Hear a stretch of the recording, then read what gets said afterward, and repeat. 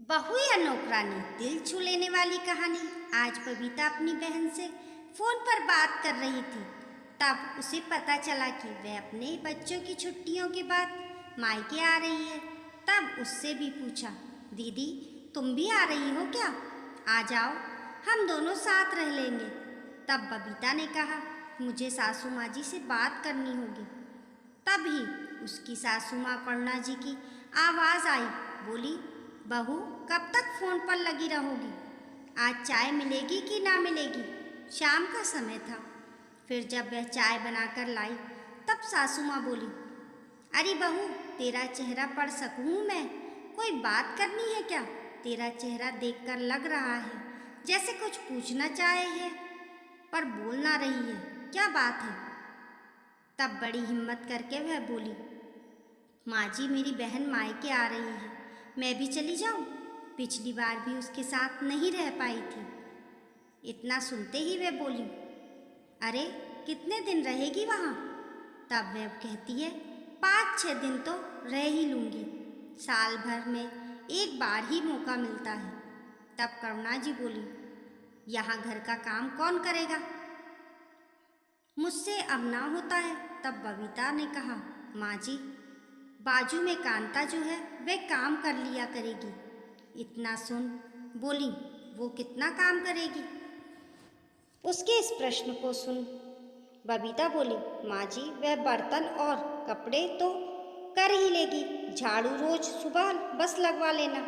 पोछे का क्या है, 2 दिन 3 दिन में लगवा के पूरे घर में लगवा लेना। मेरे कमरे में ज़रूरत ही नहीं है, पर आप बैठक और किचन बस में ही रोज पोछा लगवा लेना, इतना ही काफ़ी होगा।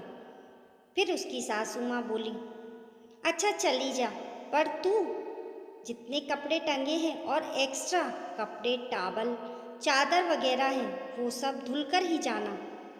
उसने जी कहकर हाँ में सिर हिला दिया। तब और उन्हें याद आया तो वो कहने लगी, कपड़े प्रेस भी कर कर जाना, नहीं तो मेरा बेटा परेशान होगा। और सूखा नाश्ता भी बनाकर रख कर जाना। इतने सुनते ही वह मन ही मन बड़बड़ाते हुए कहने लगी, कहीं 1 सप्ताह का खाना भी बनाकर ना रख जाऊं? अरे अरे क्या सोचने लगी? सासू माँ ने चेतन्य करते हुए बोला। फिर वह बोली, कुछ नहीं माँ जी।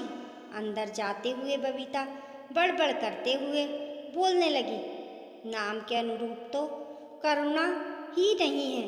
पता नहीं मेरे मायके जाने के नाम पर सासू माँ के क्यों बाजा बजने लगते हैं। मुझे तो लग रहा है कि कब पहुँच जाऊँ, सबसे खूब बातें करूँ, कितना मज़ा आएगा। फिर वह जल्दी जल्दी सब काम करने लगती है। अगले दिन तैयारी करके मायके चली जाती है। फिर वह बीच बीच में सासू माँ से फ़ोन करके खाना पीना और दवा के बारे में पूछ लेती है। फिर भी उसकी माँ भी बबीता की सास से फ़ोन पर बात करके पूछती, समधन जी कैसी हैं आप?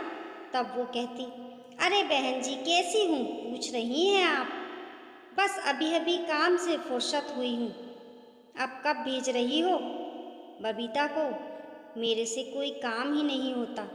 2 दिन रहे या 4 दिन क्या होता है, मिल तो लिया। ऐसा कीजिए जल्द से जल्द भेज दीजिए। तो बबीता अपनी माँ से सासू माँ जी को कहती है, मैं परसों पहुँच जाऊँगी।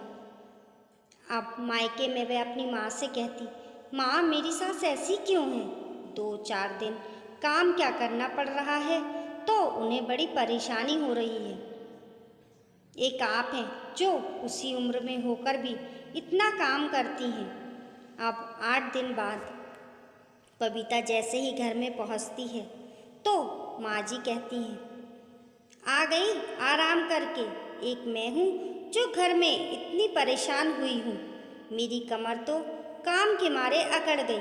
तब वह पानी पीने किचन में पहुँचती है तो देखती है कि किचन पूरा फैला पड़ा है, बर्तन भी धुलने पड़े हैं, कपड़े का ढेर भी टंगा है। तो उसे बहुत गुस्सा आया।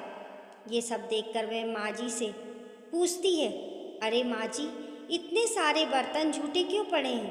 कांता नहीं आई क्या? तब करुणा जी कहती हैं, अरे जब तुझे आज ही आना था तो क्यों उसे आज के पैसे देना? मैंने मना कर दिया।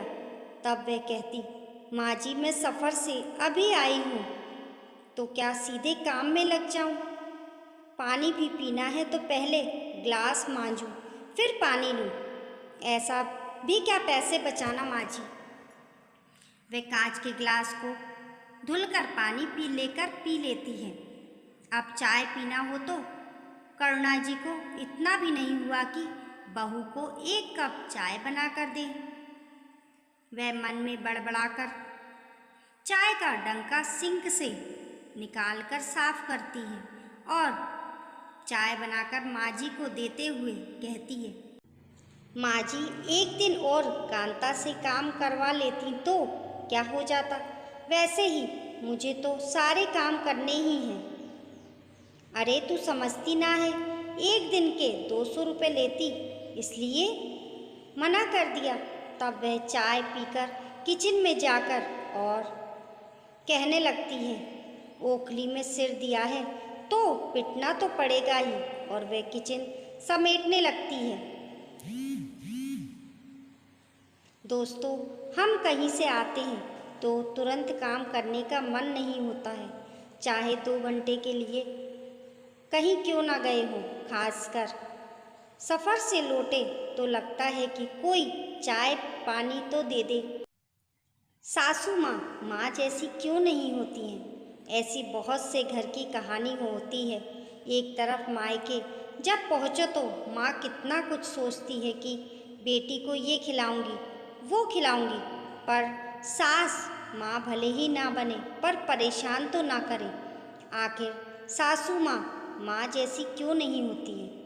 दोस्तों, का आपको ये कहानी कैसी लगी कमेंट करके ज़रूर बताइए। पसंद आने पर लाइक और शेयर करें। ऐसी ही अच्छी कहानियों के लिए चैनल को सब्सक्राइब करना ना भूलें। मिलते हैं फिर एक नई कहानी के साथ। तब तक के लिए नमस्कार।